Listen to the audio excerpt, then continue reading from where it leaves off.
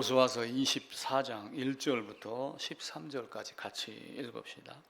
여호수아가 이스라엘 모든 지파를 세겜에 모으고 이스라엘 장로들과 그들의 수령들과 재판장들과 관리들을 부르매 그들이 하나님 앞에 나와 선지라.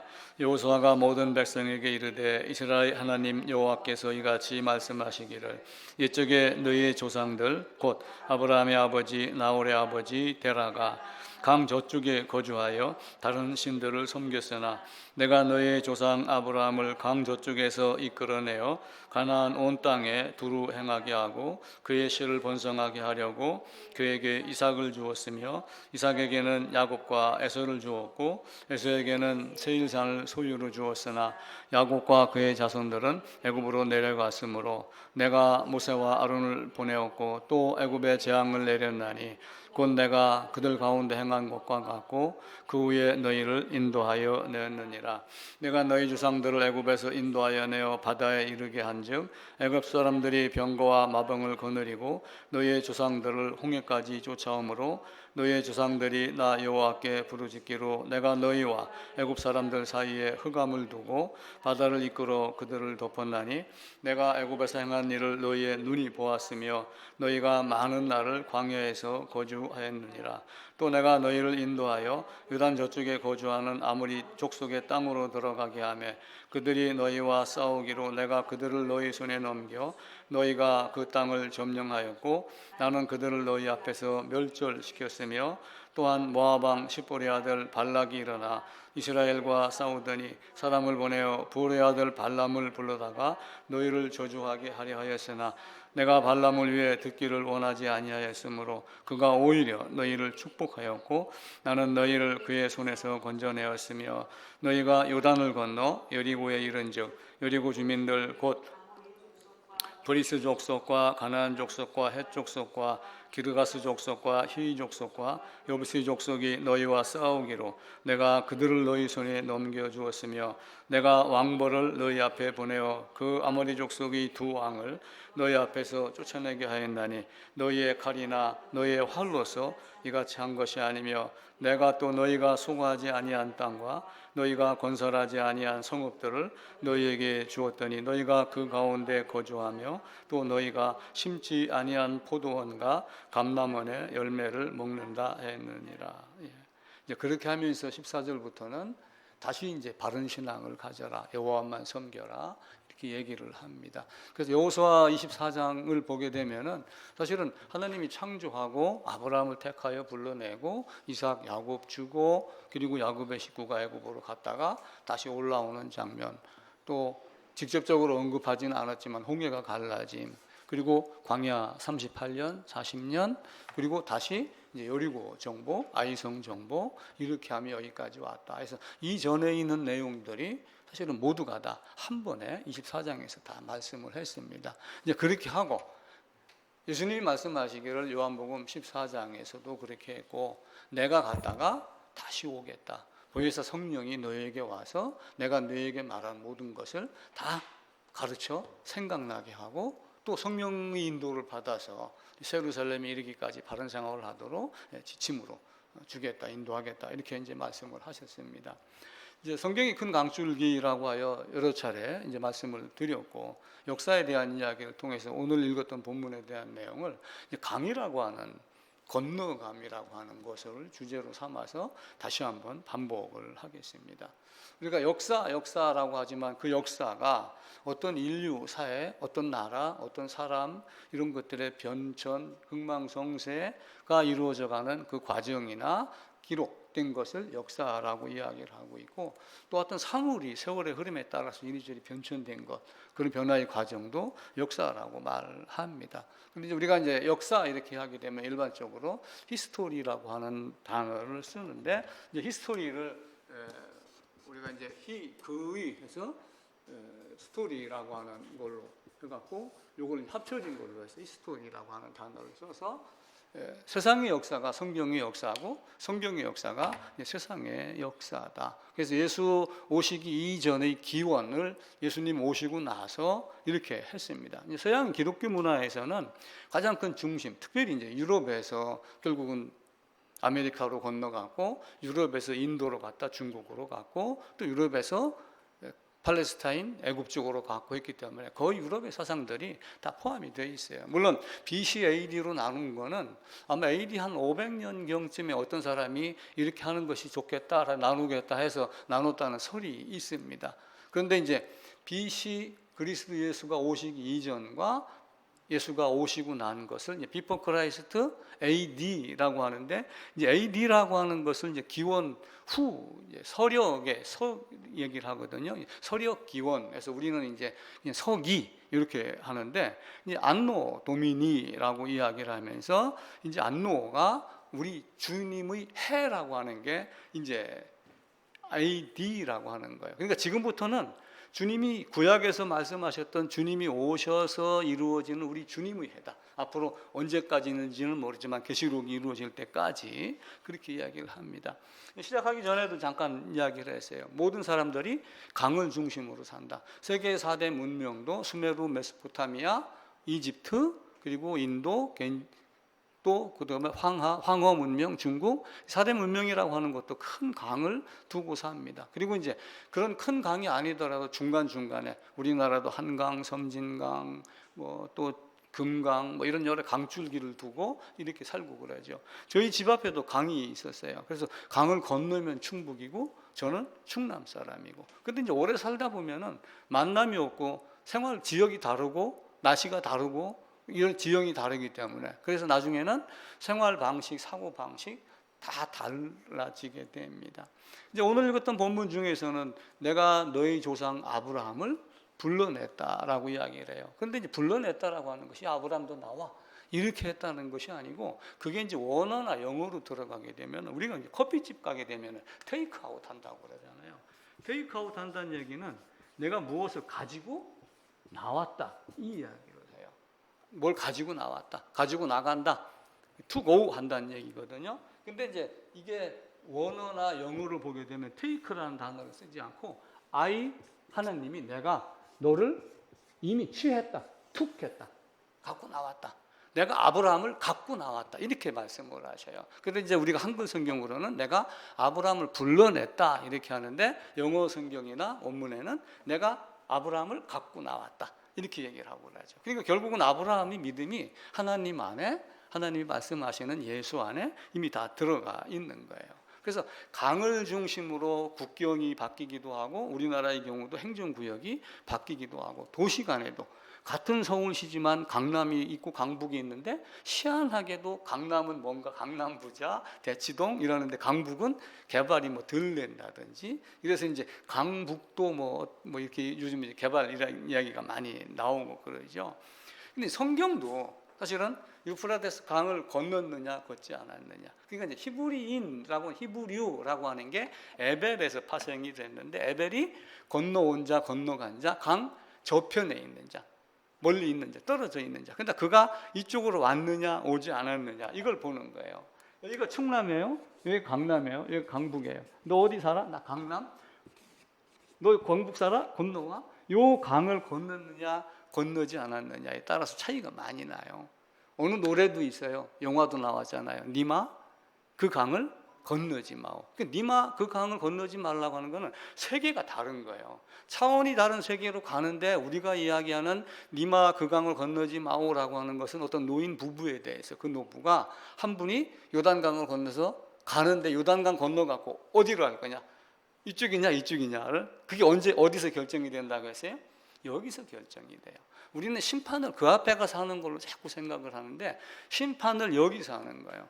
감옥이라는 곳 앞에다가, 형무소 정문 앞에서 심판하는 게 아니라 이미 시내 한가운데서 지방법원, 고등법원, 대법원이 있어가고 심판을 다 끝내놓고 너는 어디로 가, 이렇게 결정을 하는 거예요. 그러니까 십자가의 의미. 그럼 계시록에 있는 심판은 뭐냐? 사실은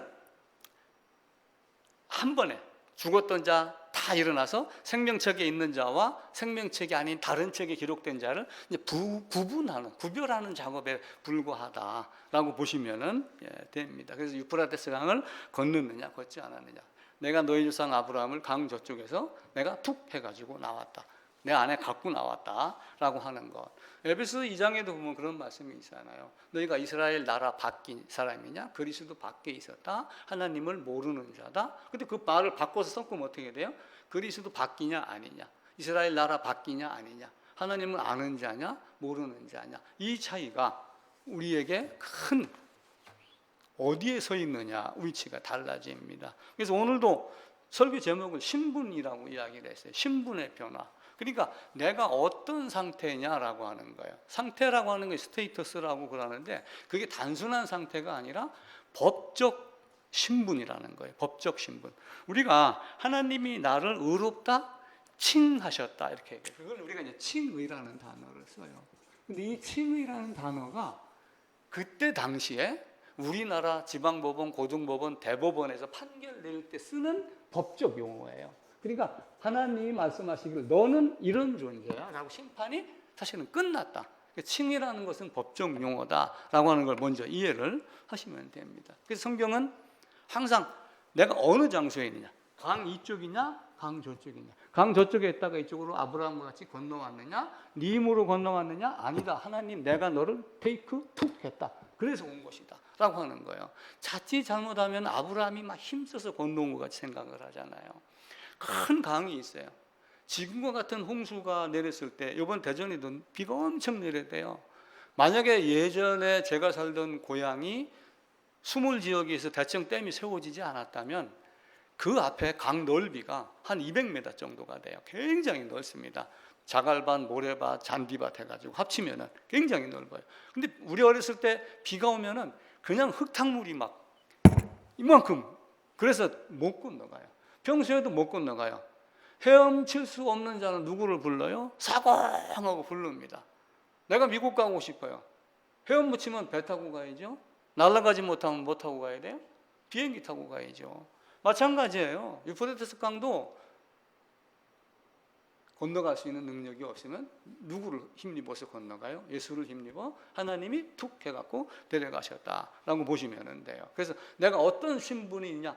두 사람 중에 어느 쪽의 사람, 두 위치 중에 어느 쪽에. 그리고 이걸 쉽게 얘기하면 성경은 죄인과 의인을 이야기해요. 죄인이라고 하는 것은 죄를 범한 사람을 죄인이라고 하는 거지. 그래서 죄를 범한 사람을 두 가지 의미로 설명을 해요. 단어를 보고 이제 뉘앙스, 맥락을 이해를 하셔야 돼요. 어떤 사람에게는 죄가 되었다라고 했을 때 이게 하나는 죄의 열매일 수도 있어요. 죄의 열매. 또 하나는 이게 궁극적으로 뭘 얘기하는 거예요? 죄인이에요. 죄의 열매와 같은 문장을 보고 같은 단어를 보고서도 이걸 여러분들이 분별을 해내야 하시대요. 첫사람 아담이 있고 마지막 아담이 있어요. 그렇게 하며 첫사람 아담이 어디서 나와요? 에덴에서 나와요. 에덴에서 나와서 첫사람 아담의 대표성이 있기 때문에 그 대표성으로 계시록이 끝나는 모든 사람들, 모든 인류에게 다 적용이 돼요. 근데 그걸 이어받아서 누가 와요? 둘째 사람 마지막 아담이 와요. 그럼 요 첫사람 아담에서 둘째 사람 아담까지 연속성이 있는 어떤 사건의 기록, 역사, 히스토리. 그래서 유럽 문화권, 기독교 문화권에서는 그의 스토리, 예수의 이야기가 세상의 이야기, 세상의 이야기가 결국은 성경의 이야기다라고 하는 거죠. 그래서 첫사람 아담은 범죄라고 하는 것은 죄가 있기 전에 뭐가 먼저가 있냐면은 범죄라는 것이 있어요. 이걸 꼭 기억을 하셔야 돼요. 나 죄 졌어. 죄 졌다는 얘기는 뭘 하는 거예요? 죄가 되게 하는 행동을 했다 그 얘기예요. 범죄는 반드시 행동하고 같이 연결이 돼요. 아담이 그렇게 했기 때문에 뭐가 됐어요? 죄가 됐고 죄인이 된 거예요. 아담의 죄를 누가 짊어졌어요? 예수님이 짊어졌어요. 이건 우리가 짊어졌다 이렇게 얘기를 하지만 바꿔 얘기하면은 예수님이 하나님이 성육신에 갖고 오셔요. 내가 예수로 다시 왔다. 그러면은 이 오신 예수는 죄가 있어요, 없어요? 그에겐 죄가 없어요. 무엇 때문에 오셔요? 나를 죽이려고 오신 거예요. 이걸 직설적으로 얘기를 하면은 예수가 누가 돼서 온 거예요? 내가 돼갖고 온 거예요.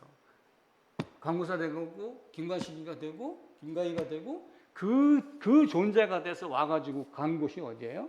십자가예요. 그래서 예수의 십자가는 예수님만 죽었다? 당연히 예수님만 죽었죠. 그런데 그 안에 들여다보면은 누가 있어요? 언제 하나님이 아브라함을 툭 했어요? 툭 했다는 얘기는 무슨 얘기예요? 그 안에다가 집어넣었다는 얘기예요. 갖고 왔다는 얘기예요. 근데 우리가 알고 있기로 아브라함이 두 발로 걸어 나왔잖아요. 그 테이크와 툭의 차이가 있다고 하는 거예요. 마찬가지로 하나님이 현재 나의 신분이 어떤 상태냐, 내가 어떤 상태느냐. 예수님 자신이 첫 아담이 된 게 뭐냐면은 둘째 아담, 마지막 사람, 마지막 아담으로 온 겁니다. 저희는 반드시 죄값을 치러야지 돼요. 창세기 2장 17절에 반드시 죽으리라는, 누가 죽으리라는 얘기예요? 죄 누구? 첫사람 아담이에요. 첫사람 아담? 아담 안에 있는 나. 그래서 아담이 죄 안에서 내가 죄가 된 거예요. 그래서 그 죽어야 될 자는 첫사람 아담이며 김관식이며 각자 모든 사람입니다. 그런데 예수님이 오셔서 거길 갔다는 얘기는 예수님이 둘째 사람 마지막 아담으로 하나님이 성육신 돼서 오셨지만 실제는 누구의 모습으로 온 거예요? 그에게는 죄가 없지만 죄인의 모습으로, 죄의 모양으로 첫 아담과 동일한 존재로 와가지고 첫 아담이 죽어야 될 죽음을 죽는 거예요. 바꿔 얘기하면 예수님의 죽음으로 첫 아담을 죽게 만드는 거예요. 그게 하나님이 이 땅에 오셔서 이루어진 십자가입니다. 그걸 율법으로 가르쳤어요. 율법으로 가르쳤기 때문에, 율법으로 뭘 가르쳤어요? 성경이 처음부터 죽으리라, 그리고 여자의 후손으로 가겠다, 이렇게 얘기하는 이 모든 것을 뭘로 가르친 거예요? 우리가 얘기하는 구약, 율법으로 다 가르쳤어요. 율법으로 가르쳐서 여기서 신약에서 오셔갖고 성취가 돼요. 성취가 되는데 여기서 이미 은혜를 뭘로 가르쳐요? 율법으로 가르쳐요. 어떻게 율법으로 가르쳤나요? 이삭이 번제 가르쳤죠. 아사셀 염소로 가르쳤죠. 그렇게 하면 그 오실 자가 누구예요? 예수 그리스도, 여자 유선, 처녀 잉태, 모든 걸 다 가르쳤어요. 그리고 가르쳤고 딱 오신 거예요. 그리고 마지막 제사장이며 선지자로 하는 요한이 봐라, 내 뒤에 오시는 일을 봐라. 그러면서 여기서 율법과 은혜 이렇게 말하지만 우리는 율법과 은혜라고 말하지 말자. 구약은 율법, 신약은 은혜 이렇게 말하지 말자. 왜냐하면 구약 안에, 율법 안에 뭐가 다 있어요? 누구를 가르쳐요? 예수를 미리 다 가르칩니다. 다 가르쳐요. 여자 손으로 오겠다, 처녀 잉태하겠다, 베들레헴에서 나겠다까지 다 가르쳐져요. 미가서 5장에 보면 2장이고 5장인가 보면 베들레헴에서 나겠다. 이사야서 7장, 9장 처녀 잉태에서 오는데 그 아기가 하나님이다. 그걸 다 미리 다 가르쳐요. 그리고 이삭으로 말미암아, 그리고 그 이삭은 하나님이 친히 준비할 것이다. 이삭을 대시할 양은. 그러면서 고린도전서 5장에 가서 6월절 어린 양 그리스도 예수 이렇게 하고 그러죠. 그래서 구약을 이전에도 말씀을 드렸어요. 은혜 언약 옛 시대, 은혜 언약 새 시대, 그리고 그리스도 강림 이전의 시대, 이후의 시대 이렇게 얘기를 하는 것이 가장 정확하다. 그러면은 지금 만약에 사람들이 아니야, 그래도 구약은 율법이고 신약은 은혜야 이렇게 하면은 이때 이 안에 율법은 있어요, 없어요? 율법으로 오는 과정을 결국 뭘로 가르쳐요? 구약을 가르쳐요. 구약을 보고 배워라. 어떻게 나한테 나오는가를. 그래서 율법과 은혜는 항상 젓가락 두 개와 같이 하나만 가는 건 아니에요. 자동차 바퀴, 마차 바퀴 마냥 두 개가 항상 가지 따로따로 가지를 않아요. 그래서 율법과 은혜, 구약 은혜, 신약 은혜 이런 걸 이야기할 때 좀 더 명확하게 이야기를 하셔야지 됩니다. 그래서 성경 말씀은 죄와 의, 사망과 생명, 내가 어떤 장소에 있는가, 그리고 성경의 결국은 뭐예요? 여자의 손으로 오겠다 하고 예수님이 딱 오셔서 하신 말씀이 뭐예요? 마태복음 1장에 복음서가 사복음서예요. 사복음서가 있는데 한 사람에 따라서 그 왕의 모습으로 본 사람이 있고, 그죠? 종의 모습으로 본 사람이 있고, 그냥 우리를 위해서 희생한 인자의 모습으로 보는 사람도 있고, 다스리는 하나님으로 각자의 모습이 다 달라요. 그런데 마태복음 1장에서 마태가 우리 주님을 바라보고 한 말씀은 뭐예요? 그가 자기 백성을 저희 주에서 구원할 자다. 오신 목적은 그거예요. 그런데 요한복음 사복음서 끝에 가서 요한이 그걸 대신 이야기를 해요. 요한복음 19장 30절에서 뭐라고 그랬죠? 다 이루었다. 자기 백성을 저희 죄에서 구원할 자다라고 마태가 딱 던져놓고 과정을 쫙 얘기를 합니다. 그리고 마지막에 요한이 다 이루었다 하고 딱 끝을 냅니다. 그럼 오신 목적은 결국 뭐예요? 죄 사함이에요. 우리가 자꾸 하나님 의롭고 경건하고 뭐 영광이고 너무 여기에 경건하지 않고 영광이 돌리지 말라는 뜻이 아니에요.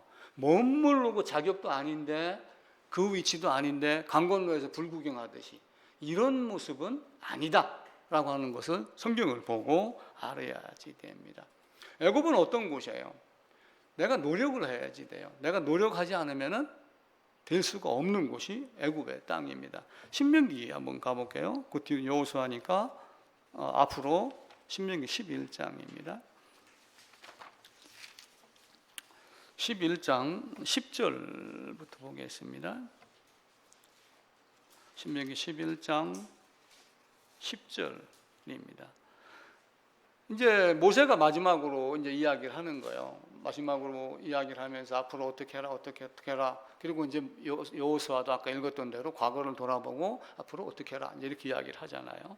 10절, 11절, 12절까지 같이 읽읍시다. 내가 들어가 차지하려는 땅은 내가 나온 애굽 땅과 같지 아니하니 거기에서는 너희가 파종한 후 발로 물대기를 채소밭에 댐과 같이 하였다니. 발로 물댄다는 얘기는 무슨 얘기예요? 땀을 흘려야 먹고 산다는 얘기예요. 그리고 예전에는 실제 그 물레방아 같은 이런 둥그런 풍차 같은 개념이 있어요. 거기다 바가지를 달아갖고 발로 이렇게 밟으면 이렇게 돌아가면서 물을 퍼가지고 논 위에 쏟았습니다. 발로 물대는 것. 그걸 애굽 땅에서는 그렇게 이야기를 해요. 그런데 11절에 너희가 건너가서 차지할 땅은 산과 골짜기가 있어서 하늘에서 내리는 비를 흡수하는 땅이요. 옥토의 개념을 여기서 이야기를 해요. 옥토가 되지 아니하면은 비를 흡수할 수 있어요? 절대로 안 됩니다. 물론 가시밭도 흡수를 하죠. 그런데 가시 때문에 열매 맺는 것 할 수가 없죠. 그리고 하늘에서 내리는 비를 흡수하는 땅이요, 내 하나님 여호와께서 돌보아 주시는 땅이다. 그게 애굽과 가나안, 애굽과 팔레스타인의 차이입니다. 그래서 죄와 의, 내가 죄인 되었을 때와 죄값을 치르고 의인이 되었을 때의 차이가 많이 있습니다. 그런데 애굽에서 나올 때 어떻게 했어요? 애굽에서 나올 때 죄인으로 나왔나요? 의인으로 나왔나요? 의인으로 나왔어요. 왜 의인으로 나왔어요?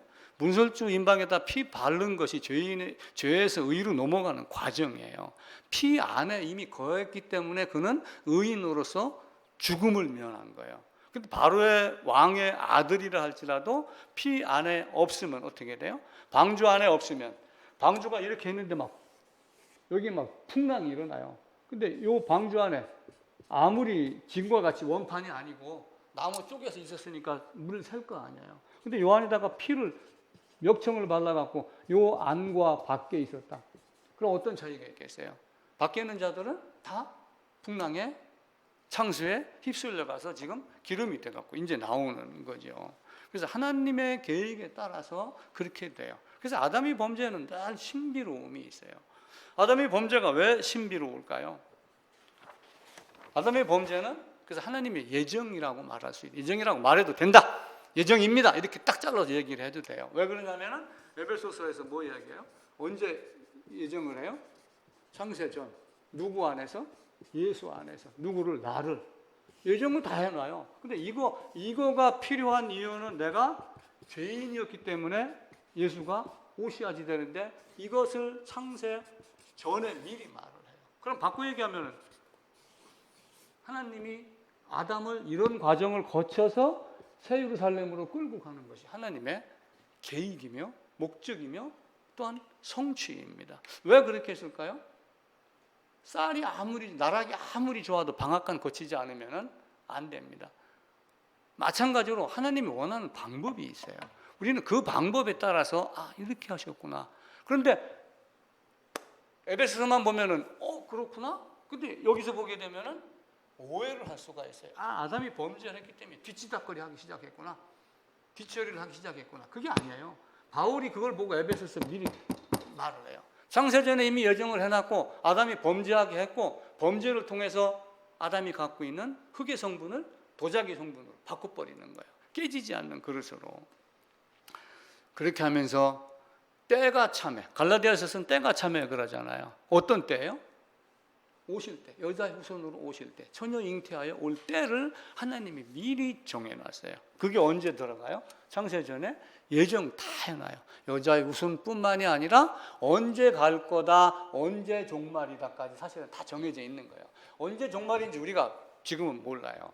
어떤 사람들은 계시록을 알아야지 천국 간다 하고 자꾸 꼬드기는데 그게 아니고 이미 이루어진 것만 보면은 앞으로 그 말씀도 이루어질 거다라고 하는 확신하에 기쁨으로 살면 그걸로 끝납니다. 때가 참에, 정하신 때가 참에 왔어요.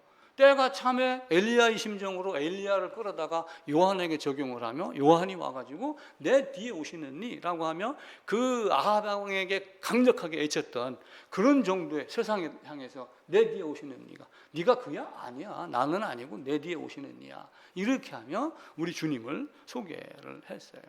그렇게 하면서 처녀 잉태 모든 것 다 말씀을 합니다. 복음서에도 마찬가지로 그 내용을 다 적어놨다고 그랬죠. 자기 백성을 저희 죄에서 구원할 자다. 근데 저희 죄에서 구원할 자인데, 아니 우리 옛날 이야기 보면은 왜 옥수수가 열매가 맺으면 불구스름하죠? 저 수수가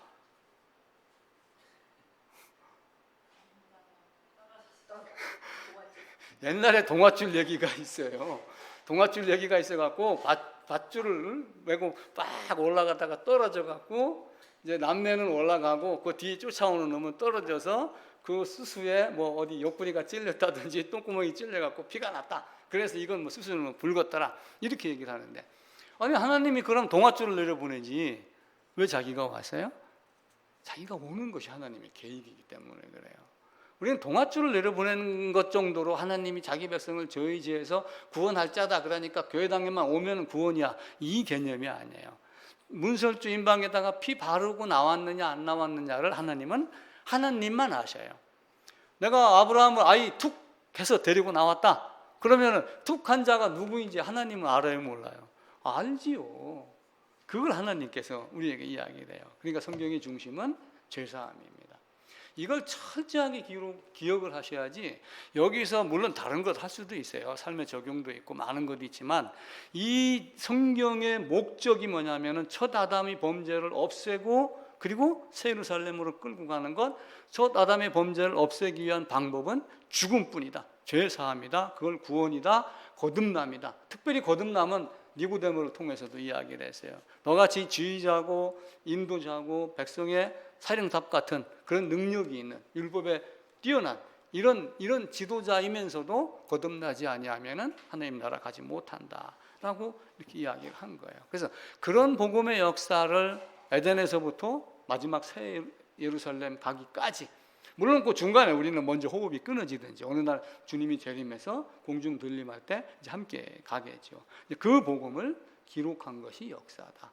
그 과정을 기록한 것이 역사인데, 이스라엘이라고 하는 어떤 한 민족을 택해서 그에게, 아브라함에게 이걸 주고 네가 어떤 사람이었는데 어떻게 해서 거듭났구나라고 하는 것을 후손들에게 전하라는 사명을 준 거예요.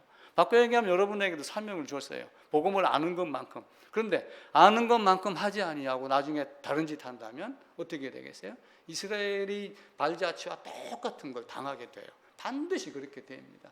내가 하라고 준 것 왜 하지 않았어? 하나님은 그걸 책임을 반드시 물어요. 그러니까 아브라함뿐만이 아니라 베드로도 처음에는 실수를 많이 했어요. 그런데 베드로가 나중에 부활의 주님을 딱 만난 이후로는 베드로는 어떻게 했어요? 다시 예루살렘으로 돌아가서, 로마로 돌아가서 죽기까지 그렇게 하며 자기가 해야 될 일, 복음을 전하는. 사도 바울도 도망갈 수 있는 기회가 있었지만 도망가지 아니하고 거기서 셋집에서 이야기했던 것, 복음 선포했던 것, 우리가 그걸 처절하게 알고 우리의 삶이 어떤 건가. 이스라엘 역사를 여호수아 이후로 바로 사사기가 들어갑니다. 여호수아가 가고 후계자 세우지 아니하고 내가 갔다가 다시 오겠다라고 해서, 지금도 여러분 성령이 보이나요? 보이지 않아요.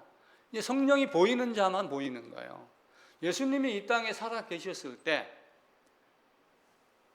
공생애 혹은 그 이전에 사생애를 살았을 때, 30년, 3년, 33년 동안 살았을 때 이 땅에 있는 누구나가 예수님을 다 봤어요. 그죠? 아픈 자든 건강한 자든 군인이든 유대 해당에 있던 자든 누구든 예수를 다 봐요. 근데 부활하고 나서는 누구에게만 보였어요? 부활한 자에게만 보여요. 그게 성경이 말씀하시는 바예요. 그래서 여러분들이 부활의 신앙을 철저하게 안다면 부활하신 주님의 말씀이 앞으로도 들릴 것이고, 그렇지 않다면 그건 그거고 이건 이거고 세상은 이런 거고, 그렇게 하면 흉내만 내고 사는 삶이 될 수가 있습니다. 철저하게 따라하지 않으면 하나님이 포로로 끌려가게 하는, 근데 그 포로로 끌려가게 하는 게 그냥 끌려가게 하는 게 아니에요. 자손의 자손까지 다 끌고 가버려요. 내가 내 말을 제대로 이행하지 아니하면 3, 4대 만에, 은혜는 1000대까지, 저주는 3, 4대. 저주가 3, 4대라는 얘기는 바꾸어 얘기하면 3, 4대 만에 대가 끊어지겠다, 이렇게 해석을 하시는 분도 있어요. 그만큼 저주가 강하다, 그 이야기예요. 그래서 내가 아는 것만큼, 우리가 배워서 남주나 그러죠. 배워서 뭐 해야 돼요? 남주해야지 돼요. 앞으로 저도 마찬가지고 남은 인생 여러분도 배워서 남주되 정확하게 전달할 수 있는 그런 가져야지 됩니다. 그래서 하나님의 예정은 항상 뭐예요? 일방적으로 미리 다 해놔요. 그리고 성취는 이제 또 묘하게 부르짖게 만들어. 출애굽할 때도 주님 이렇게 해야지 돼요. 딱 출발해가지고 문설주 임방에 나왔어요. 피 바른 집에서 바다가 딱 갔습니다. 앞에는 바다가 출렁이죠. 뒤에서는 누가 쫓아와요? 애국 군사가 쫓아와요. 바로가 말을 몰고. 그러니까 또 어떻게 해요? 살려주세요. 그러니까 또 이야기를 하고, 뭔가는 기도를 하니까 어떤 모습이 되더라. 아까 아침에 오면서 이야기를 했어요. 기도할 수 있는 사람과 기도하지 않는 사람과, 기도의 필요성을 느끼는 사람과 느끼지 못하는 사람의 차이는 엄청납니다. 그래서 우리는 반석 위에 지은 집, 반석 위에 집인데 모래 위에 지은 집, 모래라고 한 곳이 있고 흙 위에 지은 집이라고 한 것이 성경에 두 군데 따로 있어요. 그래서 어디다가 집을, 비 오기 전에는 모래 위에 지은 집도 튼튼해요. 자, 사우디 가면 모래 위에 지은 집이라고 많이 얘기해요. 근데 사실은 사막에다가 지었지 파일 안 박은 건 아니거든요. 근데 우리가 이제 겉모습만 봤을 때는 모래 위에 지은 집, 흙 위에 지은 집도 창수가 나지 아니하면은, 지진이 나지 아니하면 안전합니다. 근데 파일이 박혀 있는 집은 창수가 나도 괜찮아요. 지진이 나도 괜찮아요. 근데 그 지진이 근본까지 흔든다면 그것도 또 무너지지요. 그래서 결국은 인간의 것은 다 무너지고 오직 하나님 한 분의 은혜, 사랑, 복음만 남는다. 딱 가져가야 될 건 딱 한 거예요. 나 가져간 건 뭐예요? 아브라함이 가져가서 뭐예요? 아브라함이 만들었던 물건 가져갔나요? 하나님이 유프라테스 강을 건널 때 I took 아브라함, 그죠? I took 아브라함, your father 아브라함. 그거 한 가지예요. 아브라함을 가져간 거예요. 아브라함이 다른 걸 가져간 것이 아니고, 그리고 아브라함이 우리에게 전한 것도 이삭을 번제로 드리라고 해서 다른 재물 갖고 와가지고 드리는 것이 아니라 이삭 자체를 드려라 라고 하는 것으로 번제의 개념을 가르칩니다. 그래서 항상 상한 심령이 되어 있어야지 됩니다. 성경 구절은 한번 찾아보시면 좋습니다. 시편 51편, 34편 몇 군데 이렇게 적어놨죠. 누가복음의 예를 들었어요. 탕자 얘기도 움직여야지 돼요. 예정은 일방적이에요. 하나님이 뭔가 뭘 하겠다라고 하는 건 일방적입니다. 자, 한강변 어디다가 500층짜리 건물을 짓겠다. 현대나 삼성에서. 그럼 그 계획은 누가 세워요? 오너가 세우는 거예요. 물론 정부의 허가가 있는 걸 전제로 하는 거예요. 500층짜리 세우겠다. 이번에도 현대인가 어디에서 어느 나라 어느 회사에선가 100층인가 얼마짜리를 지으려고 그랬는데 그게 뭐 되니 안 되니 그러니까 50층짜리를 짓겠다. 뭐 이렇게 50층짜리를 예를 들어 내가 진다고 했다고 해보세요. 그럼 그 나머지는 땀 누가 흘려요? 흘리는 사람이 따로 있어요. 근데 하나님은 묘하게 예정된 자는 하나님이 던진 어떤 말씀에 반응하게 만들으셨어요. 이게 성취는 쌍방, 이 신비를 우리가 알아야지 돼요. 그럼 하나님 내가 간절히 원해서 주신 거 아니에요. 그게 아니라 간절히 원하게 만드는 게 뭐예요?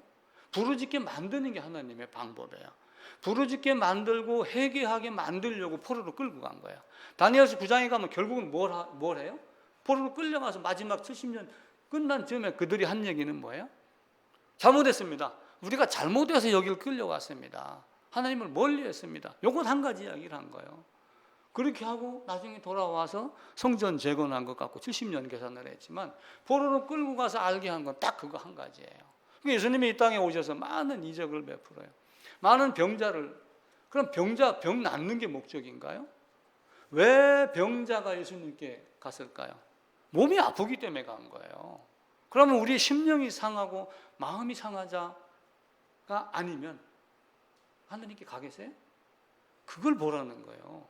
그래서 병을 고친 자 주체가 누구냐? 왜 그러느냐? 왜 한 번도 걷지 못한 자, 한 번도 보지 못한 자, 나면서부터 소경인자, 나면서부터 걷지 못한 자, 누구 얘기하는 거예요? 나 얘기하는 거예요. 그런 너를 고치려고 내가 왔다. 그 얘기가 대표적으로 마태복음 1장에서 자기 백성을 저희 죄에서, 죄가 없다면 나면서부터 맹인이 있어요, 없어요?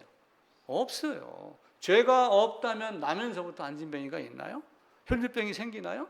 절대로 그렇지 않아요. 에덴에서 그런 것들이 있나요? 그런 게 없죠. 제가 언젠가 한번 액자 갖고 와서 한번 보여드렸던 적이 있었죠. 그 동생 딸이 그 유럽 어디 그 출품했던 작품이에요. 에덴 동산에 이전에 동물들이 다 아름다웠어요. 근데 딱 아담이 범죄하고 나서 사슴인가가 한 마리가 눈이 막 뚱 튀어나오고 입이 뭐 삐뚤어지고 왜 그러냐? 범죄 때문에 그렇다. 죄악 때문에 그렇다. 요 나온 게 하나, 그 액자가 저한테 있어요. 마찬가지로 죄가 없다면 그런 일이 발생하지 않아요. 근데 만약에 죄가 사라졌다, 나에게. 우리 주님으로 말미암아 내가 진짜 거듭났다. 새 예루살렘에 가면 또 죄가 있어요, 없어요? 없다. 없기 때문에 거기는 아픔이 없는 거야. 없기 때문에 거기는 눈물이 없어요. 없기 때문에 다시는 죽음이 없어요. 죽음이 없다는 얘기는 죄가 없다는 얘기예요. 그 죄가 없는 걸 어디서 해결해야 돼요? 여기서 해결하는 거예요. 우리는 죽어봐야 알지 이 개념이 아니란 말이에요. 그러니까 예수 믿고 신앙생활하는 것의 99.9%는 죄사함이에요. 그리고 나머지 1%는 감사하며 전하는 거예요. 이거다. 그리고 살아내는 거는 누가 살아내요? 애기 손잡고 걷는 것도 30살까지지 20살, 30살 군대 간 아들 내가 손잡고 길 안내하겠어요? 다 자기 인생은 자기가 살아내는 거예요. 말씀의 능력은 그렇게 우리에게 다가옵니다. 그래서 하나님이 우리에게 먼저 그의 나라와 그의 의를 구해라. 좁은 문으로 들어가라. 마태복음 7장의 이야기를 해요. 근데 마태복음 7장 그 몇 절인가 보게 되면 좁은 문으로 들어가기를 힘쓰라 그래요. 힘쓰라. 힘쓰라는 얘기는 뭐예요? 말씀에 반응하라. 지금 너가 처한 형편이나 이런 모든 것이 예수님 앞에 있었던 수많은 이적 대상이었던 아픈 자, 병든 자, 힘든 자, 모든 자가 바로 그 모습이었다. 그래서 힘쓰라라고 하는 얘기는 좁은 문으로 들어가려면 어떻게 해야 돼요? 바꿔 얘기하면은 배낭 짊어지고 좁은 문 들어가나요? 알몸으로 들어가는 거예요. 옛날에 머리만 통과하면은 어떤 구멍도 개구멍도 다 빠져나간다. 이런 이야기가 있어요. 다 빠져나가요. 이솝 이야기 있잖아요. 여우가 너무 배가 고팠어요. 보니까 포도밭이 있어. 보니까 구멍이 있어. 그래서 삐집고 들어간 거예요. 가가지고 포도를 열심히 따먹었어요. 배가 통통해졌어요. 이제 가야지. 그랬는데 배가 이렇게 나오니까 못 빠져나왔어요. 어떻게? 다시 굶고 빈대로 나왔어요. 그게 인생이라는 거예요. 그러니까 이솝 이야기 이런 거는 장난으로 재미로 한 게 아니라 제가 추구의 시대 얘기했잖아요. 이때 이런 세상에서 나왔던 지혜, 생각 모든 것들이 지금 밑거름이 돼갖고 여기다가 조금 플러스하고 조금 빼고 AI 요거 첨가시키고 안 시키고 이 차이지 다른 게 아무것도 없어요. 인생이 다 그런 거예요. 다 갖고 와도 결국은 배고프고 가요. 빈손으로 가요. 아무것도 가지 못한다. 빈손으로 왔으면 빈손으로 가는 것이 인생이다. 근데 그러면 또 오해해가지고 그러면 굶다 갈래? 그렇지 않죠. 열심히 먹으라는 거예요. 진짜 가져가고 굶는 것이 무엇인가를 성경에서 죄의 개념으로 우리가 알아야지 됩니다. 좁은 문으로 들어가기를 힘쓰라. 결국은 모든 인생이 흙이기 때문에 흙으로 갑니다. 우리가 돌아갑니다. 아, 돌아가셨습니다. 이렇게 이야기를 해요. 돌아가셨습니다는 왔던 곳으로 간 거예요. 그건 어딘가 우리가 모르면서 돌아가셨다고 얘기해. 돌아간 장소가 어디예요? 물어보면 뭐라고 대답을 할까요? 그냥 좋은 곳으로 가셨습니다. 어떤 사람이든 그렇게 대답을 해요. 근데 그런 식의 대답이 아니라 하나님이 나를 자기 품 안에 넣고 가셨는가, 같이 않았는가 이 차이를 아는 거예요. 아담이 범죄했습니다. 행동했습니다. 그래서 죄가 됐다. 그래서 아담은 실제적인 범죄가 저질렀다. 그래서 죄인이 됐다. 아담이 대표성, 마지막 아담이 대표성, 마지막 아담이 대표성 안에서 우리가 연합하는 것. 배워 못 치면 배 타라고 그랬죠. 날지 못하면 비행기 타라. 그 안에 들어갔었을 때만 되는 거예요. 자, 레위기 16장을 가지고 약간 오해를 할 때도 있어요. 레위기 16장에 가게 되면은 아사셀 염소에다가 모든 불의, 모든 죄를 넘겨준다고. 이거 몇 가지 넘겨줄 수 있어요? 몇 가지? 만 가지? 율법을 만 가지로 줬으면 만 가지 있겠네요? 근데 실제 만 가지만 있나요? 따지고 보면 법은 코에 걸면 코걸이 모든 다 걸려요. 모든 죄, 모든 죄악을 어떻게 몇 가지 넘어가겠어요? 이게 아까 얘기했던 죄와 죄인의 개념이에요. 사과나무 뽑지 않으면 사과 내년에 또 열려요, 안 열려요? 여기 상수리나무 예를 제가 수십 번 들었어요. 내년에 좀 있으면 또 열립니다. 이제 내년 되면은. 그래서 저걸 내가 잘랐어요. 톱으로 잘랐어요, 나무를. 그러면 뭐가 또 나와요? 싹이, 뭐라고 그러죠? 그게 나오고. 뿌리채 뽑으면은 영원히 사라져요. 모든 불의를 없애는 방법은 아사셀 염소의 머리 안수에서 모든 불의와 모든 죄를 아래고 넘겨주고 라고 하는 것은 나를 넘겨주었다라고 하는 맥락을 이해를 해야지. 야, 그러면 죄를 한번 적어볼까? 한번 적어봐 보세요. 200가지 이상 적을 수 있나? 못 적어요. 율법이 만 가지인데 그럼 율법 만 가지 쫙 펴놓고 한번 해보세요. 같은 것 하나라도 강도가 다르고 횟수가 다르면은 수억 가지 적을 수 있어요. 근데 중요한 건 뭐예요? 모든 불의와 모든 죄가 아니라 나를 넘겨주었다는 것. 이것을 보고 하나님이 우리에게 어떠한 것을 원했는가. 자, 아담이 에덴에서 가죽옷을 입었어요. 그럼 아담이 입은 가죽옷은 뭘 얘기하기 위함이에요? 무엇을 얘기하려고 가죽옷을 입혔어요? 아담이 죽었다는 걸 보여준 거예요. 다른 것 아니에요. 성막에서 번제단에서 피를 갖고 지성소 속죄소로 피를 갖고 들어갑니다. 그럼 그 피를 갖고 들어갔다는 얘기는 뭐예요? 누구의 피다. 누가 죽어서 흘린 피. 헌혈하려고 잠깐 자르고 혈당 재려고 이렇게 해서 흘린 피가 아니라 양푼으로 받아가니까 그 사람이 죽어서 나왔다는 죽음의 피를 이야기를 하는 거예요. 자, 아브라함이 할례 받았어요. 아브라함이 할례 받은 건 뭐예요? 할례 받았다는 걸 얘기한 거예요. 나는 믿음을 가졌다는 걸 드러낸 행위예요. 믿음을 가졌다는 거예요. 그래서 가죽옷으로 뭘 가르치는 거예요? 아담은 죽은 자였다.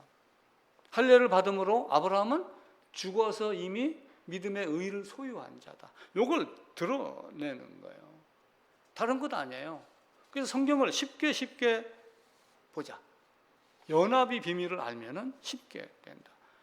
율법의 기능 세 가지 반복적으로 말씀드리죠. 죄를 깨닫게 해준다. 근데 거기서 깨닫게 해주고 예수 바라보라, 은혜의 바라보라 이렇게 하면 되겠어요, 안 되겠어요? 예수님이 다 가져갔다. 자, 쉽게 얘기하면 우리가 이렇게 이야기를 해요. 율법으로 죄를 깨닫는다 얘기는 다 율법 로마서에 있는 대로 죄를 깨닫게. 그 다음에 뭐 한다? 은혜 바라보라. 그럼 예수님 어떻게 했어요? 여기 와가지고 신약의 시대에 와서 예수님 바라보고 뭐래요? 예수님이 다 가져갔다. 예수님이 다 용서했다. 다 가져갔다. 다 용서했다. 이게 지금 교회가 하는 이야기예요. 다 가져갔습니다. 예수님이 다 용서했습니다. 그 말 가지고 죄가 없어지나요? 절대로 없어지지 않아요. 우리가 하나님이라면, 내가 하나님이라면 어떻게 하겠어요? 내가 하나님이라면 이렇게 해갖고 오는 걸 인정하겠어요? 절대로 인정하지 않아요. 내가 원하는 방법이 있었어요. 그걸 우리가 이해를 하셔야지 돼. 얼마나 달콤한 말이에요. 예수님이 다 가져갔어요. 은혜 베풀어 놨어요. 모든 거 다 용서해 놨어요. 그러니까 그냥 그 따뜻한 말 한마디에 눈물 줄줄 흘리면서 감사하고. 근데 이 과정 중에 뭐래요? 피라고 하는 것이 계속 개입을 해요. 운설주 임방의 피, 번제 피, 번제단의 피, 십자가 피. 모든 것이 다 들어가요. 그럼 예수님 혼자 죽었나요? 그럼 왜 갈라디아서는 암송해요? 내가 그리스도 예수와 함께 죽었나니. 어떻게 함께가 됐어요? 우리는 몇몇 좋은 구절만 지금 암송하느라고 정신이 없어요. 한 사람이 모든 사람을 대신하여 죽었으면 모든 사람이 죽은 것이라. 당신도 죽은 거야. 아, 그래? 그냥 그걸로 넘어가는 거예요. 어떻게, 왜, 어떤 방법으로 죽었는가, 어떤 방법으로 죄값을 치렀는가라고 하는 것을 너무 쉬운 방법으로 가르쳤는데 사람들이 이해를 하지 않는 거예요. 결론만 지금 자꾸 보고 듣고 그렇게 하는 거예요. 사도 바울에게 나온 사람이, 셋집에 나오는 사람이 2년 동안, 한 사람이 2년 동안 있었는지 나는 그걸 모르겠어요. 여러 사람이 계속 바뀌었는지. 짧은 시간 안에 모든 것이 다 해결될 수 있어요. 성경은 30년, 60년 양육받아서 되는 그런 차원이 아니에요. 하나님은 네 스스로 일어나라. 스스로 일어나는 사람끼리 모임을 만들어서 교회, 그리고 복음 전하고. 이게 하나님 우리에게 말씀하는 겁니다. 그래서 아담은 아담의 가죽 옷으로, 방주는 욕청으로, 여러 가지 방법으로 이야기를 합니다. 그래서 아담의 가죽 옷은 결국 뭐예요? 내가 양 안에 있다. 요 가죽 있던 양 그 안에 내가 있었다. 그래서 세례 받은 자는 그리스도로 옷 입었느니라. 그럼 그리스도로 옷 입기 위해서는 어떻게 해야 돼요? 그리스도 안으로 들어가야죠. 내가 옷 입고 왔어요. 옷 입으려면 어떻게 해야 돼요? 옷을 입으면 되죠. 패러다임을 바꿔보세요. 어떻게 해야 돼요? 내가 옷 안으로 들어가는 거예요. 우리가 약간의 생각만은 바꿔봐요. 예수 그리스도를 옷 입었다? 그럼 내가 어떻게, 예수님이 그냥 나한테 옷 입혀줬어? 아니에요. 내가 그 안으로 들어가야지. 하나님이 나를 툭 했듯이 예수님이 나를 어떠한 방법으로 툭 했는가를 생각을 하셔야지 됩니다. 하나님의 명령은 어길 수 없는 것. 그런데 그 주님이 하신 것을 내가 한 것으로 여겨주시는 하나님. 이것도 많이 얘기를 드렸어요. 꼭 기억을 하시고, 하나님의 은혜가 그냥 우리가 믿습니다라고 하는 은혜가 아니라 철저하게 자기 자식도 아끼지 아니하고 십자가로 보냈어요. 그건 무슨 얘기예요? 죄인은 반드시 죽음의 과정을 거쳐야지 된다. 얼렁뚱땅 믿습니다, 얼렁뚱땅 다 가져갔습니다, 다 용서했습니다, 은혜인 주님으로 우리의 구세주로 영접했습니다, 이 말 하지 말자고 그러잖아요. 나중에 듣고 보니까 이 말이 더 맞네 이렇게 해가지고 헷갈리기 시작을 하면은 여러분 새 예루살렘에서 저 못 봅니다. 그게 헷갈리기 시작했다는 얘기는 무슨 얘기예요? 지금 바르지 못하다는 얘기예요. 지금이 바르면 나중에도 바라요. 근데 지금이 바르지 못하면은 툭 치면 넘어져요. 흉내만 낸 거예요. 두 발 땅에 딱 디디고 내가 어떤 사람인가를 꼭 아셔야지 됩니다. 주님이 한 것을 내가 한 것으로 여겨주시는 하나님. 신분의 변화, 이걸 꼭 기억을 하셔야지 돼요. 강을 건넌 자, 에벨, 히브류, 나는 예수 안에서. 우리나라가 어느 정도 지금 잘 살으니까 동남아 사람들 와가지고 우리나라에 귀화하잖아요. 귀화해서 한국 국적을 획득하지 않으면 몇 년 안에 나가야지 된다. 뭐 이런 이야기들이 있어요. 근데 애매하게 여기 와서 태어난 아이들까지 지금 적용을 하니까 아이들이 얼마나 힘들어요. 어떤 아이는 고등학교까지 여기서 졸업을 하고 귀화 그게 안 돼갖고 출국당했다. 그런 기사가 한번 떴어요, 얼마 전에. 미국에 이민 가면 뭐예요? 영주권, 시민권, 신분의 변화가 있어야지 돼요. 죄냐, 의냐, 죄인이냐, 의인이냐. 고린도후서 5장 17절 한번 찾아봅시다. 고린도후서 5장 17절.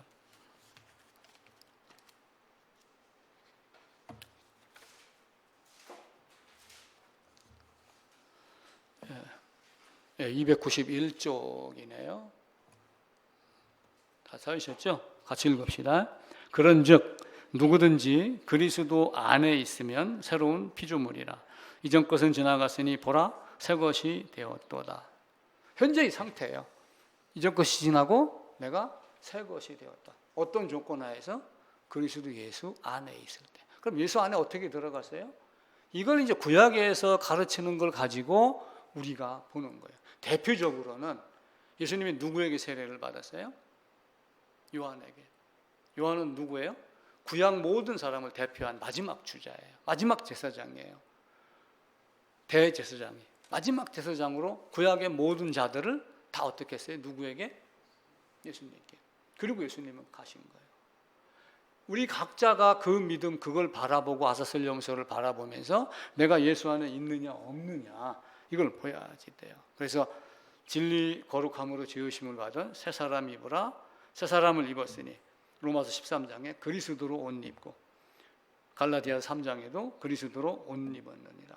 이 말을 다른 데를 가면 거듭나지 아니하면. 자, 장소의 문제 풀려 있습니다. 육으로 난 것은 육. 강 이쪽에서 난 건 이쪽. 강 저쪽에서 난 건 저쪽. 그죠? 강 건너와서 난 건 난 것. 근데 강 건너와서 이스라엘 백성들이 홍해를 건너갖고 이새가 태어났어요. 그럼 아버지가 홍해를 건넜으니까 나도 홍해 건넌 자야가 되겠어요? 아니죠. 이새에게는 별도로 뭐래요? 처음부터 똑같은 과정을 계속 겪게 하는 거예요. 그래서 성막을 만들어 준 거예요.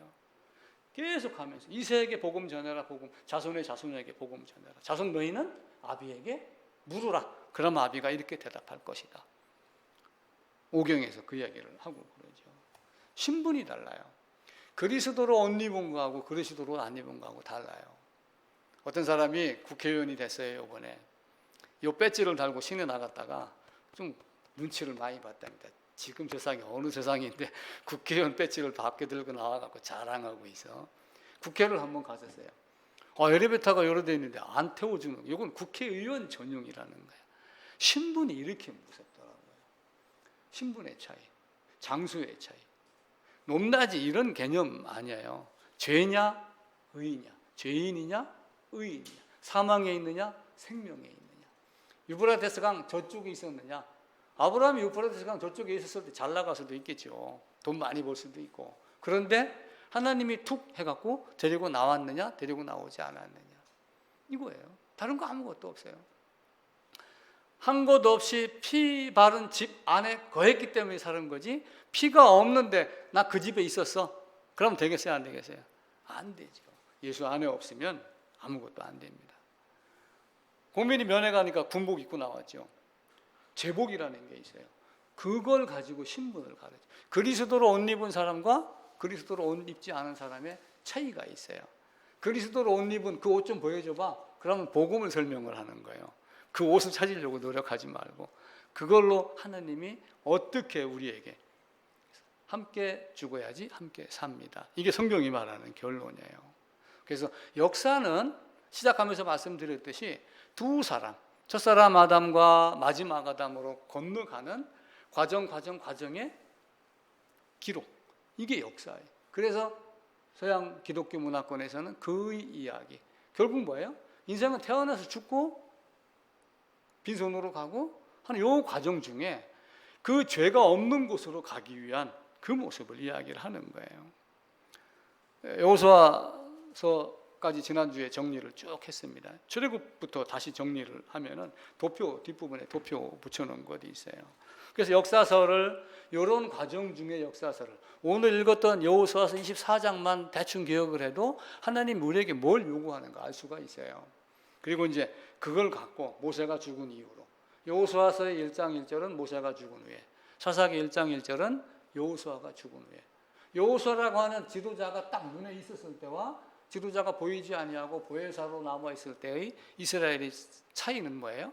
사사기의 마지막은 자기 소견에 오른 대로 했더라. 그러니까 눈에 보이는 게 없어도 우리는 어떻게 해야 돼요? 만약에 여러분이 여행을 가다가 성경도 가방에 넣고 갔어요. 아니면 성경을 안 가지고 1박 2일이니까 섬나라로 여행을 갔어요. 배가 끊겨갖고 못 나왔어요. 그런데 이후로 아무리 전화를 걸어도 배를 안 보내죠. 너희들은 거기서 30년 동안 살아. 성경 없어도 살 수 있나요? 내 안에 성경이 있으면 살아요. 내 안에 성경이 없으면 못 살아요. 물론 성경의 단어까지 다 기억을 해내지는 못해요. 근데 우리가 큰 틀 안에서 예수 안이 무언가, 죄가 무엇인가, 의가 무엇인가, 요것 하나 붙잡고 우리의 삶 속에서 이스라엘 역사 사람들의 삶하고 삶은 똑같아요. 순종한 자와 순종하지 않은 자. 말씀대로와 자기 생각대로. 요 차이를 가지고 살으면 되는 겁니다. 그래서 출애굽 1446년 해서 이제 성막 세운 것 인구 계수해가지고 60만, 그리고 2월 20일 날 출발해가지고 40일 정탐하는 곳까지 40년 동안 너희가 광야에 있을 거야. 이렇게 해서 요 기간을 총 약 몇 년으로 본다? 2년으로 본다. 그래서 갈렙이 내가 마흔입니다 라고 했었을 때 언제요? 그 시점이 가나안 정탐할 때 내가 마흔입니다. 가나안 정탐이 끝나고 여호수아 14장에서 땅 분배를 시작할 때 내 나이가 85세입니다.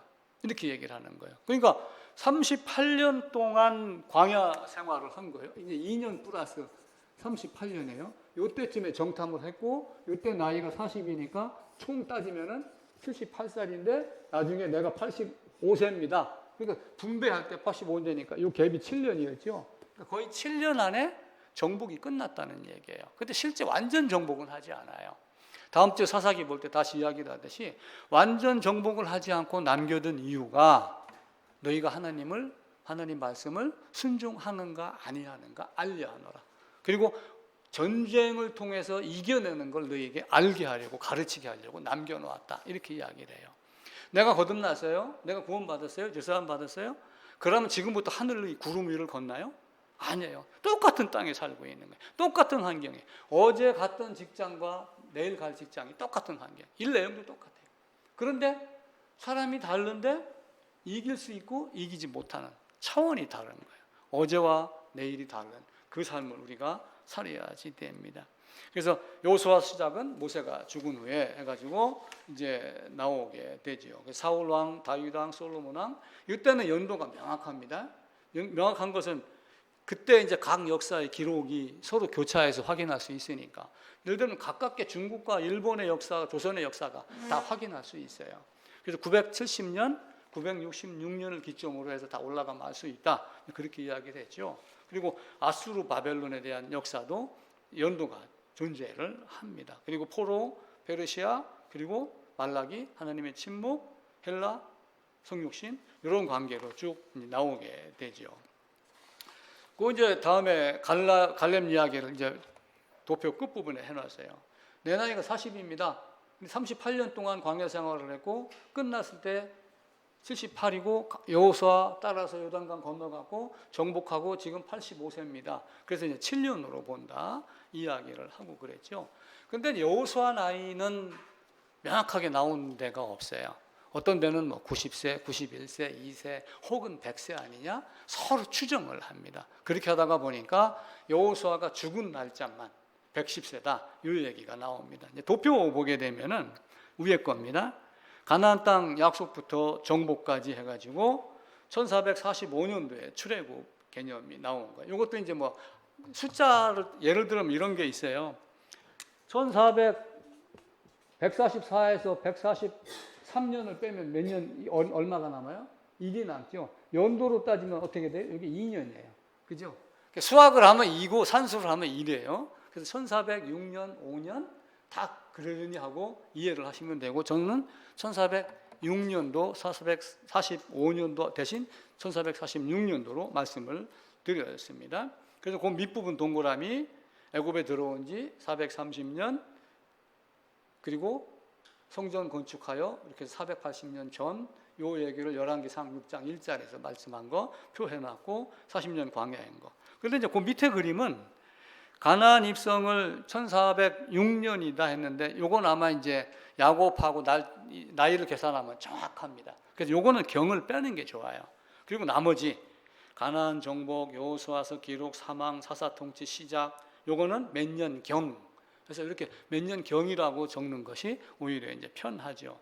그런데 사울이 40세 왕이 돼서 40년간 통치, 다윗이 30세에 등극해서 40년간, 솔로몬은 몇 년인지 모르지만 40년 왕했다는 건 기록이 있으니까 연도 계산이 이제 확실합니다.